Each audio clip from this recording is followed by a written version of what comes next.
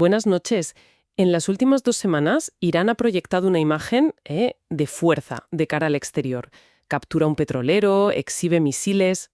Sí, una demostración de poder en toda regla. Pero los informes que tenemos sobre la mesa pintan un cuadro muy, muy distinto de puertas para adentro. Completamente distinto. Hablamos de protestas coordinadas, una paranoia casi palpable en el estamento militar y un liderazgo que parece temeroso. La gran pregunta que vamos a explorar hoy es, ¿esa fachada de poder es fortaleza real o es, el último esfuerzo de un régimen que siente que pierde el control? Esa es la pregunta clave. Sí, porque lo que vemos es una disonancia tremenda. Por un lado, una demostración de fuerza militar muy, muy calculada, y por otro, síntomas de una fractura interna que podría ser mucho más peligrosa para ellos que cualquier enemigo externo. Nuestro análisis de hoy, que se basa en una compilación de informes de inteligencia, va a intentar precisamente eso, conectar esos dos mundos. El Irán que se proyecta al exterior. Y el que hierve por dentro. Un análisis a fondo que llega a nuestra audiencia gracias a ProWave AI y que es una producción de Stylo News, la aplicación de noticias que utiliza inteligencia artificial para ir más allá de los titulares. Venga, pues, vamos a meternos de lleno con el suceso que abrió todos los telediarios. El petrolero. La captura de un petrolero en el estrecho de Hormuz. El 14 de noviembre. La Guardia Revolucionaria Islámica, la IRGS, aborda un petrolero de bandera extranjera, el Talara. Lo desvían a aguas iraníes y la justificación oficial. La de siempre, supongo. Cargamento no autorizado. Un movimiento de manual en una de las vías marítimas más importantes del planeta. Pero no fue un acto aislado. El timing parece de todo menos casual, ¿verdad? Ocurrió justo cuando estaban, mostrando músculo en Teherán. Totalmente deliberado. De forma simultánea, estaban exhibiendo públicamente sus nuevos juguetes. Misiles balísticos avanzados, hipersónicos, el EMAD, el Khorramshahr y el famoso Fatah. El mensaje es doble, entonces. Es doble. Claro. Es controlamos el mar y tenemos la capacidad de golpear a larga distancia. Es una coreografía de poder dirigida tanto a sus rivales como Estados Unidos e Israel. Con quienes acababan de tener un conflicto de 12 días. Exacto. Y también a sus propios ciudadanos. La reacción internacional fue la esperada. Condenas de Estados Unidos, alertas de navegación del Reino Unido. Pero lo que me parece más extraño es lo que pasó después. Pocos días más tarde, el 20 de noviembre, liberan el barco, capturan el Talara, generan un incidente internacional y luego lo dejan ir. ¿Qué estrategia es esa? Pues ahí está el detalle revelador. Liberaron el buque, pero no su cargamento. Se quedaron con los productos petroquímicos que transportaba. Esto nos aleja de un simple acto de piratería y nos acerca a una jugada mucho más calculada. ¿Y qué puede ser? Podría ser varias cosas a la vez. Una represalia económica encubierta. 2, una operación real contra el contrabando, que les sirve de excusa perfecta. O 3, y para mí la más probable. ¿Cuál? Una demostración de escalada controlada. ¿Qué quieres decir con escalada controlada? A ver, quieren demostrar que pueden cerrar el estrecho de Hormuz cuando quieran, que tienen la capacidad de asfixiar el comercio mundial de petróleo, pero sin llegar a apretar el botón nuclear, por así decirlo. Entiendo. Se quedan con una mercancía valiosa, pero liberan el barco y la tripulación para evitar una respuesta militar directa. Es una forma de mantener la tensión alta y recordar a todo el mundo que tienen esa carta en la manga. Una jugada de ajedrez muy arriesgada. Pero como decíamos al principio, mientras todo esto pasaba, a la vista de todos, dentro de Irán se estaba cociendo algo muy diferente. Los informes apuntan a unas grietas internas muy serias. Sí, y aquí es donde la historia se complica y se vuelve fascinante. La presión interna viene por dos flancos. El primero es el social y económico, que no es nuevo, pero que ahora parece mucho más focalizado. ¿Hablamos de las protestas del 17 de noviembre? Exacto. Protestas coordinadas de jubilados y trabajadores en casi 20 provincias. Y ojo, que no hablamos de estudiantes pidiendo libertades abstractas. Son jubilados y trabajadores reclamando sus pensiones. Ese es el matiz fundamental. Y no protestaban contra el sistema en general. No, iban a por alguien muy concreto. Muy concreto. No es gente en la calle pidiendo un cambio vago. Es un grupo, los jubilados señalando con el dedo a la institución más poderosa y temida del país, la Guardia Revolucionaria, la IRGC. Y a las fundaciones del líder supremo. Y a las fundaciones financieras del propio Jamenei. Los acusan directamente de corrupción, de robarles el dinero, eso requiere un nivel de desesperación y de valentía que no habíamos visto de forma tan coordinada. Vale, ese es un frente. El malestar de la calle. ¿Y el segundo? El segundo es, si cabe, más peligroso para el régimen. Es la paranoia y el conflicto dentro del propio aparato de seguridad. Paranoia. Sí, los informes del 25 y 26 de noviembre son demoledores. Describen un ambiente de purgas internas, una desconfianza total entre agencias. ¿Y a qué se debe esa desconfianza? A la creencia, casi certeza, de que la inteligencia israelí se ha infiltrado hasta la médula de sus fuerzas armadas. Vaya. Tras el último conflicto, sienten que el enemigo está dentro de casa. Y esto ha desatado lo que una de las fuentes llama una competición por demostrar lealtad. Que en la práctica significa una caza de brujas. Exacto. Purgas, acusaciones. El propio presidente del Parlamento, Masoud Pezeshkian, lo dijo públicamente, temiendo que esta lucha interna pudiera llevar al régimen a autoinfligirse un daño considerable. Un momento, porque aquí hay algo que me ha dejado de piedra al leer los informes. Un portavoz de la mismísima Guardia Revolucionaria Sí. admite públicamente que temen la creciente influencia de Reza Pahlavi, el hijo del último Shah. ¿En serio? Creía que la monarquía era un capítulo cerrado y enterrado para ellos. Es increíble, pero es profundamente revelador. No es que teman que Pahlavi vaya a volver mañana en un caballo blanco. Claro. Lo que revela es una ansiedad brutal sobre su propia legitimidad.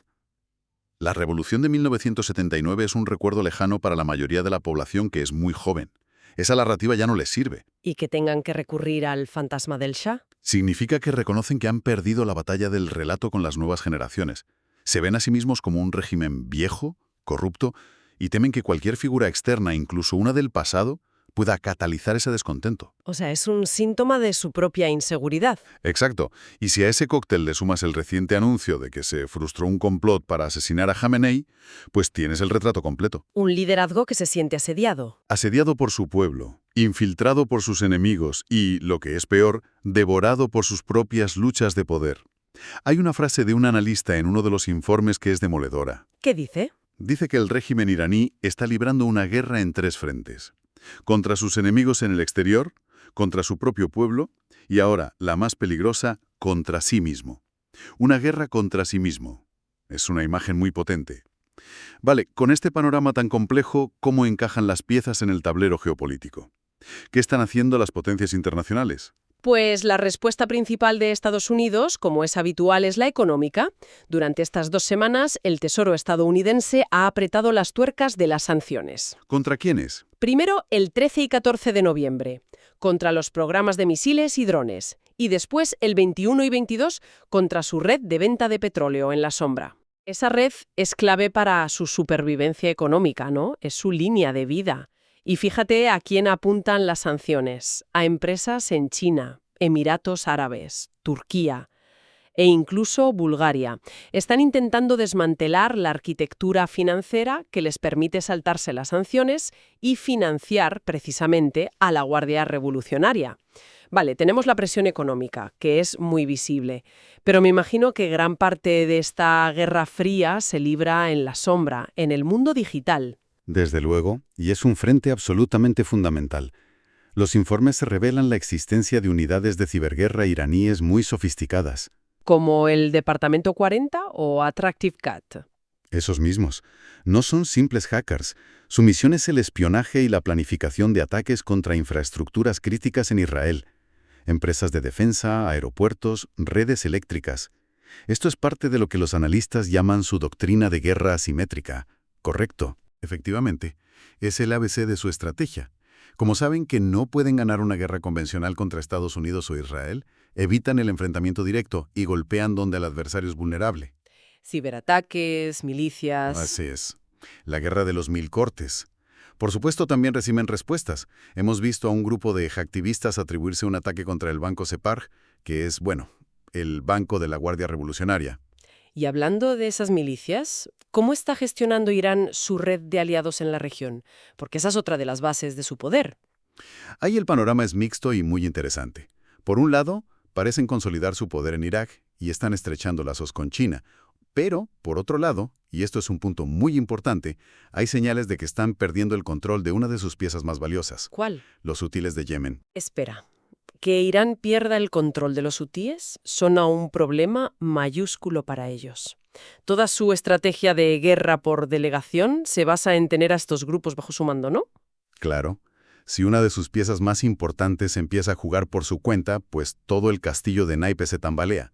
Los hutíes han sido su instrumento para amenazar a Arabia Saudí y las rutas del Mar Rojo. Si actúan por su cuento, Irán pierde esa palanca de presión. Una herramienta fundamental. De hecho, la situación es tan preocupante para Teherán que, según un informe reciente, han enviado a Yemen a un pez gordo de la IRGC, Abdul Reza Shahlai, para intentar textualmente reafirmar el control. O sea que han tenido que mandar a un supervisor para poner orden en la franquicia. Exacto. Y al mismo tiempo están presionando a su otro gran aliado, Hezbollah, en el Líbano, para que sea más agresivo con Israel. Lo cual puede leerse de dos maneras. O se sienten fuertes y quieren abrir más frentes, o se sienten débiles por dentro y necesitan una distracción exterior. Yo me inclino más por la segunda. Visto todo esto, es un escenario increíblemente volátil. Si tuviéramos que destilarlo, ¿cuáles son los puntos calientes, los acontecimientos a los que deberíamos prestar atención? Yo me fijaría en 4 hilos principales. El primero, sin duda, el frente interno iraní. Hay que ver si estas protestas de trabajadores y jubilados continúan.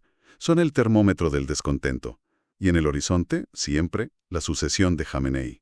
El segundo, me imagino, es el mar. ¿Veremos más incidentes como el del Talara? Es muy probable. La respuesta internacional seguramente será aumentar las patrullas en el estrecho de Hormuz y el Mar Rojo. Pero Irán podría sentirse tentado a repetir la jugada si la presión interna aumenta. Es su válvula de escape favorita. Tercero, los aliados. Los proxies sí. La dinámica con los hutíes es crucial. Hay que seguir de cerca la misión de este comandante, Shahlai. Si fracasa, es una señal de debilidad iraní muy potente. Y, por supuesto, ver si Hezbollah cambia de postura. Eso podría encender toda la región. Y el cuarto hilo, el cuarto y último es el conflicto invisible, la guerra económica y cibernética. Veremos más sanciones de Estados Unidos y, casi con toda seguridad, más ciberataques de ida y vuelta. Es un campo de batalla de baja intensidad, pero con el potencial de causar un daño enorme. Un panorama completísimo. Este análisis en profundidad ha sido posible gracias a Stylo News. Para quienes no se conforman con los titulares y quieren entender de verdad las fuerzas que mueven el mundo, Stylo News ofrece un enfoque totalmente diferente. Es una aplicación para móvil y ordenador que te permite en esencia crear tus propios informes de inteligencia personalizados. Recopila información de cientos de fuentes de noticias, también de plataformas como X, y usa la inteligencia artificial para sintetizarlo todo. La idea es que, en lugar de leer las noticias de forma pasiva, se puedan rastrear activamente las tendencias, entender las diferentes perspectivas sobre un tema, obtener una visión mucho más profunda. Invitamos a nuestra audiencia a probarlo y a suscribirse en www.stylonews.com. Gracias por acompañarnos. Como reflexión final, quizá la gran paradoja que nos dejan estos informes es la de un régimen que, cuanto más poderoso parece en el exterior, más frágil y temeroso se muestra en el interior. Y la historia nos enseña que es precisamente en esa contradicción donde suelen nacer los cambios más inesperados. Un punto excelente para terminar. Si hay otros temas que les gustaría que analizáramos con este nivel de detalle, no duden en hacérnoslo saber. Y no olviden seguir a Stylo News en su plataforma de redes sociales favorita.